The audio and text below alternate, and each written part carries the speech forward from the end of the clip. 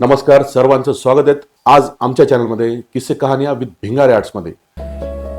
किस्से कहानियां विद भिंगारे आर्ट. आज आपण भेटणार आहोत नेवरगाव जिल्हा परिषद गटातील उमेदवार सौ वैजयंती वाल्मिक शिरसाट यांचे मार्गदर्शक श्री वाल्मिक विठ्ठलराव शिरसाट, जे की राष्ट्रवादी काँग्रेस पार्टीचे उमेदवार आहेत नेवरगाव गटातून. आपण त्यांच्याशी आज चर्चा करणार आहेत. तर वाल्मिक भाऊ नमस्कार, आपलं स्वागत आहे. सर्वप्रथम मला आपल्याला काही प्रश्न विचारायचे आहेत की आपली ओळख ही एक शेतकरी नेते, सर्वसामान्यांचं नेतृत्व करणारं एक नेतृत्व, तसंच सर्वसामान्यांसाठी शेतकऱ्यांसाठी तुम्ही कायम रस्त्यावर आल्यात, आंदोलनं केलीत, संघर्ष केला, एक संघर्षप्रिय आपण एक नेतृत्व आहात. तर तुमच्या या मागील कारकिर्दीविषयी काय सांगाल? मुळातच विषय असा आहे की सांगताना सांगितलं जातं की भारत हा कृषीप्रधान देश आहे आणि शेतकरी हा राजा फक्त निवडणुकीपुरता असतो. प्रत्यक्षात शेतकऱ्यांची आपण परिस्थिती पाहिली तर अगदी शेतकऱ्यांना पिकवल्यापासून संघर्ष असतो, बरोबर, तर तो माल विकेपर्यंत. म्हणजे पिकवताना अगदी मेहनत करून पिकवायचं, कधी अतिवृष्टी होते, कधी पाऊस पडत नाही, आणि अशा परिस्थितीमध्ये सुद्धा ते पीक जगवायचं. आणि ते पीक जगवल्यानंतर जेव्हा तो बाजारात विकायला जातो तेव्हा ज्यावेळेस जेव्हा त्याला भाव मिळत नाही, बरोबर. तर तो प्रसंग अतिशय दयनीय असतो. आणि हे जो प्रसंग आहे, मी एक सर्वसामान्य कुटुंबातला शेतकरी शेतमजूर कुटुंबातला सदस्य आहे, त्यामुळे मला ही परिस्थिती मला बघावल्या गेली नाही. आणि माझ्यातला एक आंदोलक आतला जो होता तो जागा झाला आणि शेतकऱ्यांसाठी मी सातत्याने रस्त्यावर उतरलो आणि त्यातूनच माझ्या या संघर्षमय प्रवासाची खऱ्या अर्थाने सुरुवात झाली.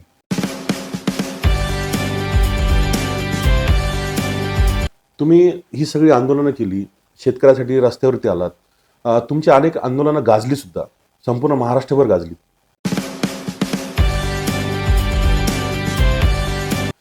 आता वेळ आहे की तुम्ही निवडणुकीला सामोरे जात आहेत नेवरगाव जिल्हा परिषद गटातून.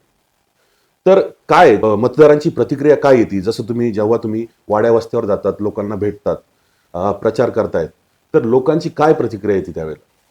मुद्दा असा आहे की कुठलीही सरकारी कामे करताना आजपर्यंत मी कुठल्याही सत्तेत नव्हतो, कुठल्याही आजपर्यंत माझं सत्तेचं पद माझ्या आयुष्यात मी भोगलेलं नाही.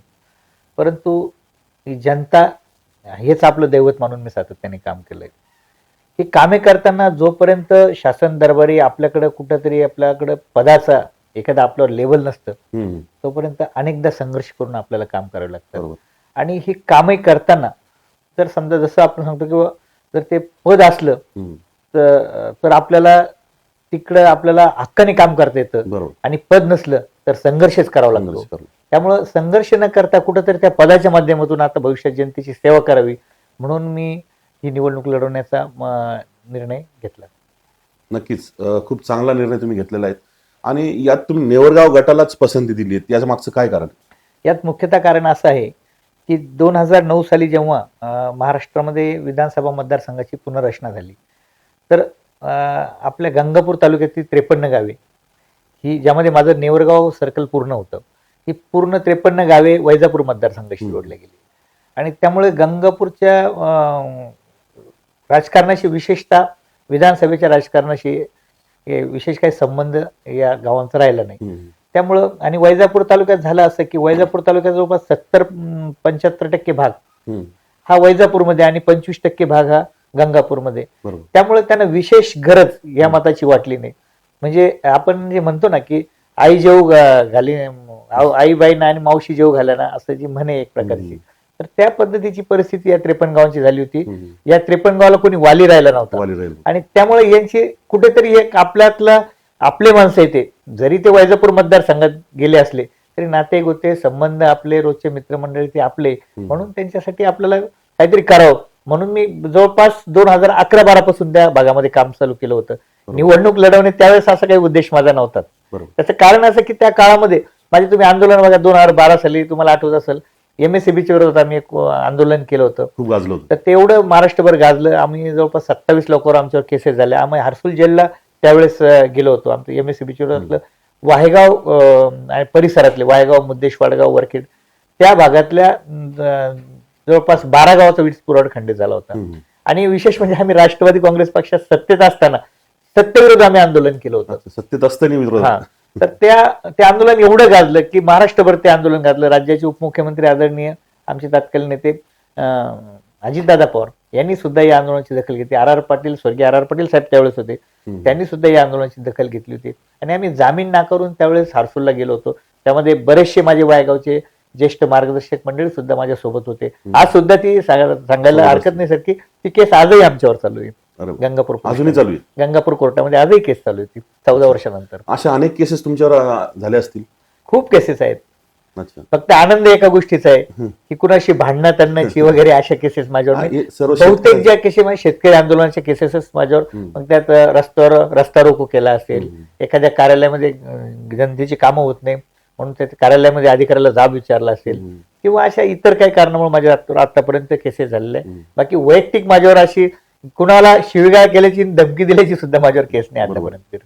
मी तुम्हाला अजून असा प्रश्न विचारायचा होता की तुम्ही आता प्रचार करतायत, लोकांच्या गाठीभेटी घेतायत, वाड्या वस्त्यावरती जातायत, तर लोकांची काय प्रतिक्रिया येते जेव्हा तुम्ही प्रचाराला जातायत? काय म्हणणं येते लोकांचं? मुळातच सांगायचं झालं तर खूप मोठा बॅकलॉग, ठीक आहे, बाकी कुठे असेल माहिती नाही, परंतु माझ्या ज्या नेवरगाव गटात पाहिलं आपण तर खूप मोठा बॅकलॉग त्या ठिकाणी आपल्याला पाहायला मिळतो. म्हणजे एका बाजूला पाहिलं तर शिवना नदी आहे, सर्कलच्या एका टोकाला, उत्तरेला शिवना नदी, इकडे आणि पश्चिमेला जर पाहिलं, दक्षिणेला जर पाहिलं आपण तर गोदावरी नदी, आणि त्यातही बॅकवॉटरचा एरिया आमचा आहे. एवढं पाण्याची चांगली व्यवस्था आहे. यात अजून प्लस नांदूर मधमेश्वरचा बराचसा भाग, म्हणजे आमचं पूर्ण सर्कल जवळपास नांदूर मधमेश्वरच्या त्या वॉटर सोर्स मध्ये येतं. परंतु प्रत्यक्षात ज्या पद्धतीने सिंचनाची कामं व्हायला पाहिजे होती, आज जर तुम्ही आमच्या नेवरगाव गटात फिरले तर अजूनही जे पाटाचं मेन एक्सप्रेस कॅनलचं काम झालेलं आहे, त्यानंतर पोटसाऱ्याची बरीचशी कामं अद्याप अपूर्ण पडलेली, ती कामं पूर्ण झालेली नाहीये. अजून जो लाभ आपल्या गोदावरी बॅकवॉटरचा जो लाभ मिळायला पाहिजे होता तो लाभ बऱ्या प्रमाणात अजून शेतकऱ्यांना मिळालेला नाहीये. अजूनही आमचं काही या गोष्टी सिंचनाच्या बाबतीत आहेत त्या प्रलंबितच राहिलेल्या आहे. बाकी समस्या जर अजून सांगाल तुम्ही तर रस्त्याच्या बाबतीत तर विचारू नका. पुनर्वसनाची गाव आहे, पुनर्वसनाचा कोट्यावधी रुपये फंड शासनाकडे पडू नये, परंतु तो फंड युटिलाइज झाला नाही आपल्याकडे. त्यामुळे रस्त्यांचा प्रश्न सुद्धा गोदावरीच्या पट्ट्यात असेल, शिवण्याच्या पट्ट्यात असेल, खूप मोठा रस्त्याचा प्रश्न सुद्धा या भागामध्ये बघायला मिळतो आपल्याला. म्हणजे तुमचं म्हणणं आहे की अनेक कामं जी व्हायला हवी होती ती अजूनही झालेली नाहीत आपल्या मतदारसंघात. ठीक आहे. वाल्मी भाऊ, मला अजून असं विचारायचं आहे की तुम्ही स्वतः जर आता जिल्हा परिषद सदस्य झाला, म्हणजे तुमच्या पत्नी वैजयंती वाल्मिक सिरसाट ह्या जेव्हा जिल्हा परिषद सदस्य होतील तेव्हा प्रामुख्याने कुठल्या कुठल्या गोष्टीवरती तुम्ही लक्ष केंद्रित करणार आहेत, कुठले कामं प्रामुख्याने तुम्ही करणार आहात? मुळातच सर मला जिल्हा परिषद सदस्य नाही, मला त्या सर्कल नेवरगाव सर्कल जे आहे हे माझं सर्कल, माझं कुटुंब या भावनेतून मला काम करायचंय. म्हणजे एका कुटुंबातल्या सदस्याला आपल्या कुटुंबासाठी काय करावं लागतं ते मला भविष्यात करायचंय.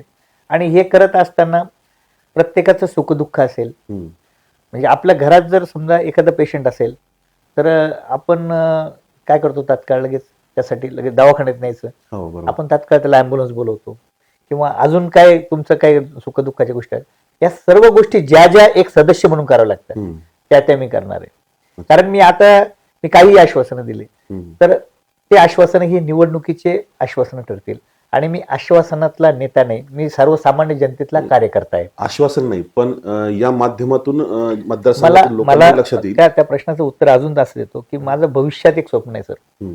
एक गोदावरी नदीचं पाणी आपल्यालाही मिळतं, गोदावरी नदीचं पाणी तुमच्या श्रीरामपूर आणि नेवासा तालुक्यालाही मिळतं, परंतु तुम्ही नदीच्या पलीकडे जर गेले तर आजही तुम्ही बघा प्रत्येक घरासमोर 10-20 गाया बांधलेल्या दिसतील तुम्हाला, प्रत्येकाचे गोट फार्म दिसतील, पोल्ट्री फार्म दिसतील. आणि शेतीचा जर तुम्ही जर विचार केला तर आपल्या भागात, त्या भागातला विचार जर केला तर सगळा शेतकरी असला तर तो 5 ते 7 एकरचा शेतकरी, आणि आपल्याकडं सगळ्यात कमी क्षेत्र असलेला शेतकरी हा 5 एकरचा शेतकरी. बरोबर. त्यामुळे शेतीचं क्षेत्र मोठं आहे आपलं, परंतु काय झालं की जोडधंद्याकडे आपण वळालो नाही. बरोबर. म्हणून माझा प्रामुख्याने असा विषय असणार आहे की भविष्यामध्ये प्रत्येक शेतकऱ्याच्या दारासमोर किमान 10 गायी असल्या पाहिजे. तो जोडधंदा कुठलाही असो, तो कुक्कुटपालन असेल, तो शेळीपालन असेल, मोर घास प्रकल्प असतील, किंवा शेतीपूरक व्यवस्था आहे, किंवा शेतीच्या उत्पन्नावर प्रक्रिया करणारे उद्योग अच्छा. हे माझ्या भागामध्ये उभे राहिले पाहिजे, हे माझं स्वप्न आहे. आणि त्यासाठी मी सातत्याने काम करणार. आत्ताच तुम्ही जोडधंद्याविषयी बोललात तर तुम्ही म्हटलात त्याप्रमाणे तुमच्या मतदारसंघामध्ये अजूनही जोडधंदा म्हणून पशुपालनाकडे बघितलं जात नाही. याला प्रामुख्याने कुठली कारणं असतील असं तुम्हाला खूप चांगला प्रश्न विचारला सर तुम्ही. मुळात काय आहे की शेतकऱ्यांची खूप इच्छा आहे आमच्याकडं करण्याची, की काहीतरी बिझनेस आपण उभे केले पाहिजे, जोडधंदे विशेषतः केले पाहिजे. आज विषय असा आहे की तुम्हाला 10 गायी घ्यायच्या आणि एक गोठा चालू करायचा. तर तो गोठा चालू करण्यासाठी, त्या 10 गायी घेण्यासाठी तुम्हाला मिनिमम 10 ते 12 लाख रुपये लागते. आणि शेतीचं आज शाश्वत उत्पन्न राहिलेलं नाहीये. त्याच्यामुळं असे बिझनेस उभे करताना खूप शेतकऱ्यांना अडचण होते की बँका ज्या आहेत त्या बँका अतिशय खालच्या दर्जाची वागणूक देतात. आणि काही पुढारींनी फक्त काय केलेलं आहे की बँकांशी आपलं सेटलमेंट करायचं, आपले कामं करायचे, आपल्या जवळच्या लोकांची कामं करून घ्यायची. सामान्य लोकांना बँकेचे मॅनेजर असतील हे उभा करत नाही, आणि त्याच्यामुळे त्यांना लोन मिळत नसल्यामुळे त्यांना हे जोडधंदे उभे करता येत नाही. त्यामुळे त्यांच्यासाठी मला भविष्यात काम करायचंय. आणि त्यासाठी तुम्ही मागच्या वेळी बरेचसे आंदोलन पण केलीत, त्याविषयी काय सांगाल? एक आंदोलन तुमचं खूप गाजलं होतं की तुम्ही त्या ठिकाणी उपोषण संदर्भात असं काहीतरी केलं होतं. नाही, तो अतिवृष्टीच्या संदर्भातला तो आपलं आंदोलन होतं 2022ला.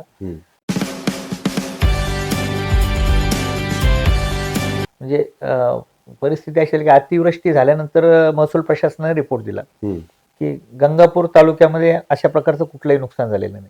आणि त्यावेळेस मी पूर्ण तालुक्याचा दौरा केला, प्रत्येक गावात गेलो, तिथले सगळे फोटोज वगैरे सगळे गुगल मॅपचे फोटो आणले आम्ही. तिथले नुकसान झालेले काही मकाचे, वाळलेले मका वगैरे हे सर्व आम्ही आणलं. आणि आम्ही मांजरी फाटा इथे तो रस्ता रोको केला होता. रस्ता रोको केल्याच्या नंतर प्रशासन आम्हाला म्हणतं की खरोखर ते त्यांनी मागणी केल्याप्रमाणे आम्ही चौकशी केली असता तिचं नुकसान झालेलं आढळलं. आता एक सांगायची याच्या पुढची एक गोष्ट अशी होती की अशाच पद्धतीचं नुकसान आपलं वैजापूर तालुक्यात झालेलं होतं लगतच्या. अशाच पद्धतीचं नुकसान आपल्या लगतच्या पैठण तालुक्यात, म्हणजे गोदावरी पट्ट्यामध्ये तो अतिवृष्टी त्यावेळेस झाली होती. परंतु त्यावेळेस आपलं जे आंदोलन झालं जवळपास 2 ते 2.5 तास आपला रस्ता रोको आपण मांजरी फाट्यावर त्यावेळेस केला होता. आणि त्या आंदोलनाच्या नंतर जवळपास आमच्यावर 23 लोकांवर गुन्हे त्यावेळेस दाखल आहे, ते सुद्धा केस माझी अजून चालूच आहे. आणि तो गुन्हा दाखल झाल्याच्या नंतर सर सांगायला आनंद वाटतो की 64 कोटी रुपये आपल्या गंगापूर तालुक्याला मिळाले.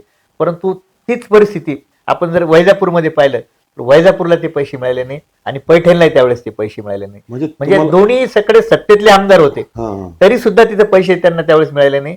आणि नंतर अगोदर आपण हे सुरू केल्याच्या त्याचं कारण एक होतं की आम्ही सांगितलं की पंचनामे करून ठेवा. आपले पंचनामे असल्यामुळे त्यावेळेस आपल्याला पैसे मिळाले, परंतु त्यावेळेस या दोन्ही तालुक्यामध्ये पंचनामे नव्हते म्हणून त्यावेळेस त्यांना पैसे मिळाले नाही. पंचनामे नव्हते हे बरोबर आहे, परंतु एक गोष्ट या ठिकाणी लक्षात आली की सरकारला जाग तेव्हाच येते जेव्हा तुम्ही आंदोलन करता. म्हणजे प्रत्येक वेळेस आंदोलनच करायचं का? मला हेच सांगायचं की आंदोलन करताना सुद्धा काय करतात, एक सामाजिक विषयावर आपण तो आंदोलन केलं की प्रश्न, आणि मुळात हे आंदोलन करायची वेळ शेतकऱ्यावर आली नाही पाहिजे. तर हे सरकारने स्वतःहून केलं पाहिजे.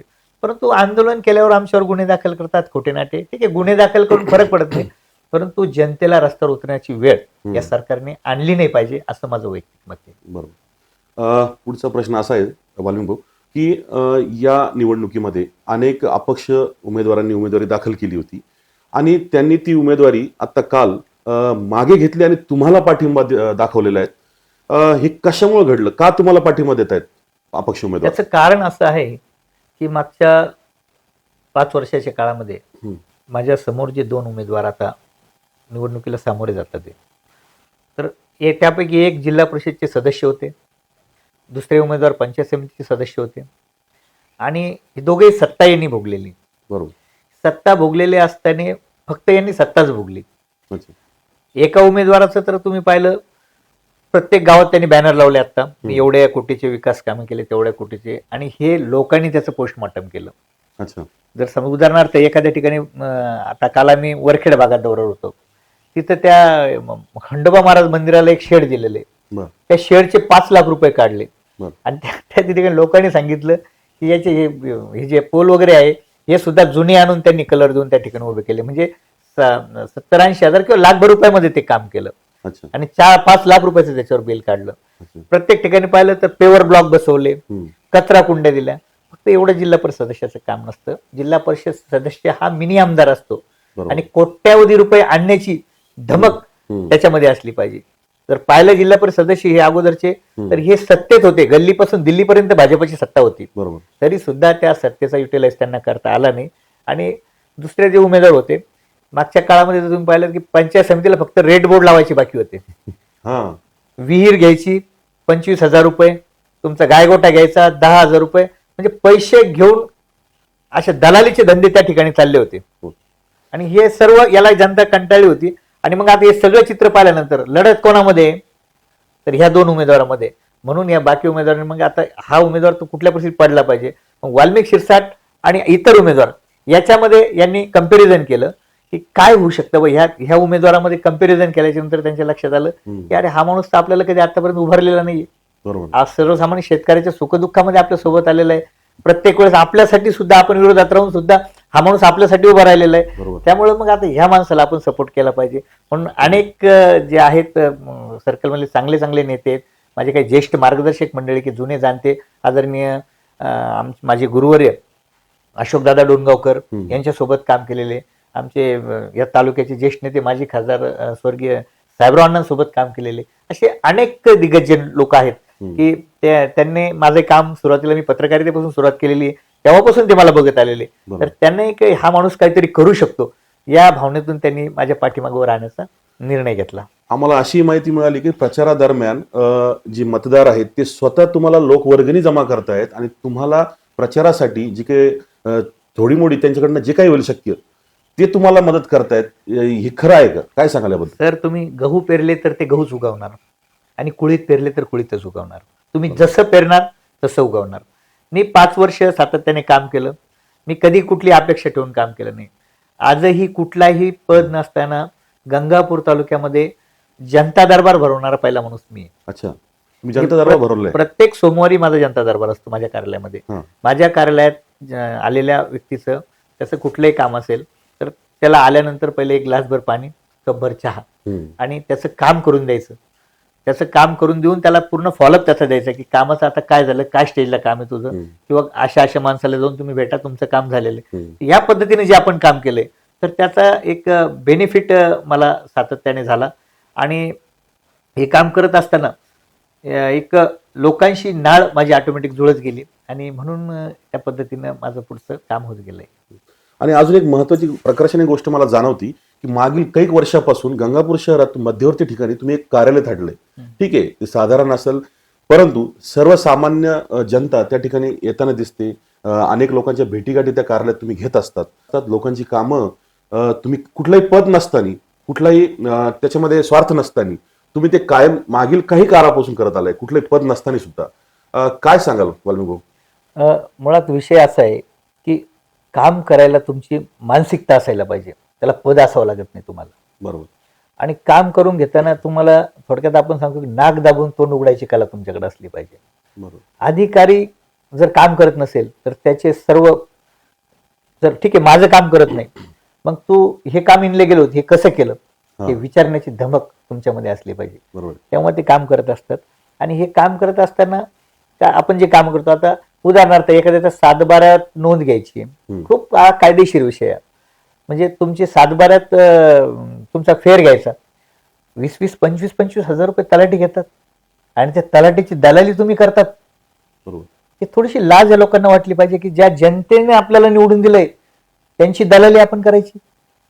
तर हे अतिशय चुकीचं आहे, असं झालं नाही पाहिजे. आणि मध्यस्थी जर पुढाऱ्यांनी जनतेची बाजू घेतली पाहिजे, बरोबर, अधिकाऱ्यांची नाही, कुठलाही पुढारी असो. आणि लोकवर्गणीचा विषय आता मी सांगता राहून गेलो की ज्या पद्धतीने आपण मागच्या काळात काम केलं, आता गंगापूरला आपलं सामाजिक मध्ये आमचं जास्त काम आहे. आमचं प्रतिष्ठानच्या माध्यमातून गेली अनेक वर्ष आपण ॲम्ब्युलन्स सेवा देतो, स्वर्गरस सेवा देतो. आणि जे मी मागच्या काळात पाहिलं की एक रुग्ण माझ्याकडे आला होता डिलिव्हरीसाठी, भिल्ल समाजाचे होते. त्यांची परिस्थिती नव्हती सर, म्हणजे डिलिव्हरीची परिस्थिती नव्हती. तर त्यांना खाजगी दवाखान्यामध्ये सीझरसाठी त्यांना 35,000 रुपये सांगितले. आणि मग मी सरकारी दवाखान्यात गेलो की त्यांना विचारलं की आपल्या इथं जर समजा तुमच्याकडे MD doctor, MBBS MD doctor आहे, तुम्ही इथं सीझर करत नाही आणि प्रायव्हेट दवाखान्यात BHMS डॉक्टर तिथं सीझर करतो, मग नेमकं याचं कारण काय, तुम्हाला कमी काय इथं? मग ते म्हणले हे असं चालणार नाही. आता तुम्हाला ह्या पद्धतीने हे सीझरचे वगैरे ऑपरेशन्स नाही ते सर आम्हाला काही अशा अडचणी टेक्निकली काय अडचणी असेल सांगा म्हटलं तुम्ही. आम्ही जाऊन त्या आदरणीय राजेश भैया टोपे आमचे त्यावेळेस आरोग्यमंत्री असताना त्यावेळेस आम्ही त्यांच्या कानावर हा विषय घालून ज्या ज्या काही असुविधा होत्या त्या असुविधा दूर करून गंगापूरला त्या पद्धती सुविधा चालू केली. म्हणजे ज्या डिलिव्हरीला नॉर्मल डिलिव्हरीला बाहेर साधारण 10 ते 12 हजार रुपये लागतात ती डिलिव्हरी आपण आता सध्या गंगापूरच्या उपजिल्हा रुग्णालयामध्ये ती मोफत करतो.